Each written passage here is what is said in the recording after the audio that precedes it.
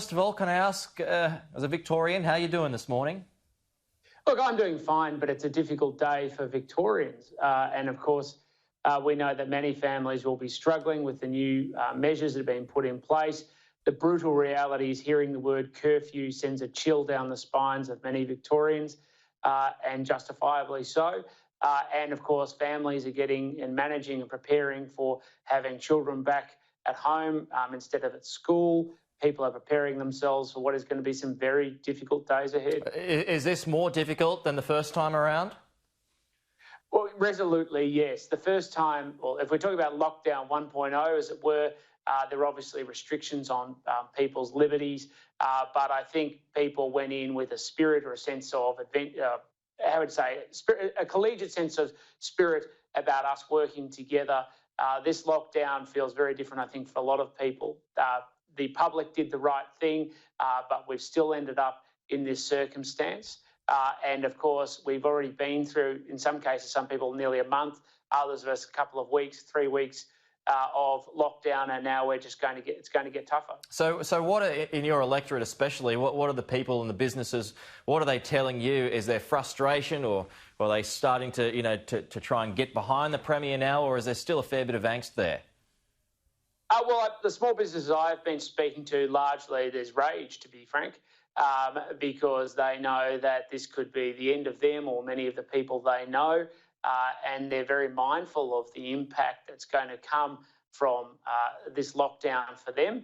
And you go down the main shopping strip that the office I'm in now is on Centre Road in Bentley, and a lot of the shops have closed, and I suspect many of them are going to face difficult choices in the weeks to come. So, I mean, now it comes to economic help. I mean, there's going to have to be considerable help applied to Victorian businesses moving forward, right?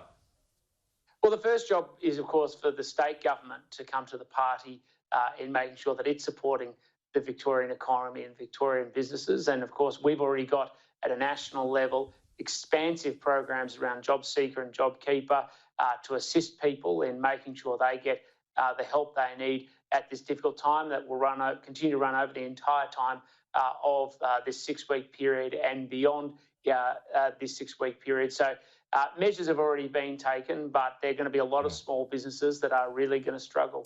And paid pandemic leave, is that something that you would support, particularly for those in the health sector? Well, we already have paid pandemic leave in Victoria. It was introduced by the state government. Now, there's discussions, obviously, with the Commonwealth about what may need to be done, working cooperatively together, and that's the right approach to take. But we already have it, so people don't have an excuse.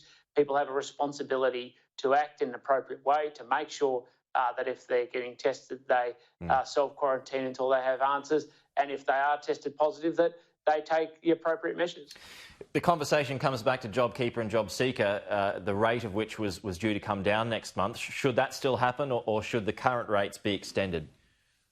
Well, I think the measures in place are prudent and responsible in the circumstances, and we should continue forward operating on the schedule that the Treasurer has outlined. Now, people have all sorts of different views, and of course there'll be constant changing conditions, but the main thing is to make sure we're supporting people in this difficult time. And as the circumstances unfold, I'm sure every program that the state and federal government are looking at will be reviewed about whether they're still fit for purpose. Do you actually support this curfew and this latest lockdown?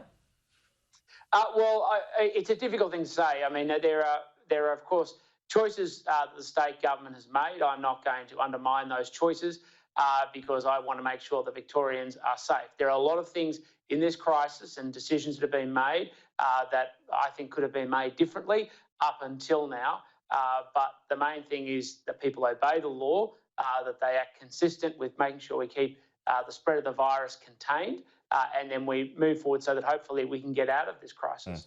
There's some comments attributed to Nev Power on the Australian this morning. He believes that businesses that spend money on local expansion should get bigger tax concessions and incentives under reforms that have been flagged by that recovery task force. Is that something that you would agree with and support? I think we've got to be careful about backing individual proposals at this time, but ideas are welcome. The practical reality is the economic flow on or consequences of this crisis is going to be substantial. There's no point pretending otherwise. They are, and we're going to have to look at what we need to do to rebuild parts of the Australian economy from the foundations up. And that's what Nev Power and the until recently, COVID Commission has been focused on doing. And I think practical measures which get people into jobs, which get people becoming self-sustaining, and of course small businesses doing the same, is going to be a critical part of that focus. Okay, Liberal MP Tim Wilson, appreciate your time this morning. Thanks as always for joining us. Thanks for having me, Peter.